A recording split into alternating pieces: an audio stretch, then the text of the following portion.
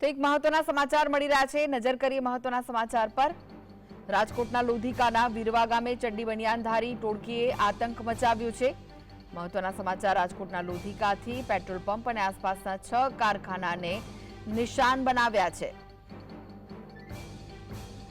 તો છેલ્લા કેટલાક દિવસથી ચોર ટોળકી આતંક મચાવી રહી છે। આતંક મચાવનાર ટોળકીને ઝડપી લેવા માટે સ્થાનિકો દ્વારા માંગ ઉઠી છે।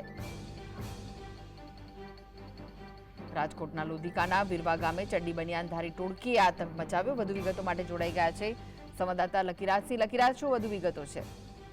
આપને જણાવ્યું હતું કે રાજકોટ પંથકમાં છેલ્લા ઘણા સમયથી ચડ્ડી બનિયાનધારી ગેંગ છે તે લૂંટ મચાવી રહી છે। ત્યારે વધુ એક બનાવ છે તે રાજકોટના લોધિકા પંથકમાં સામે આવ્યો છે।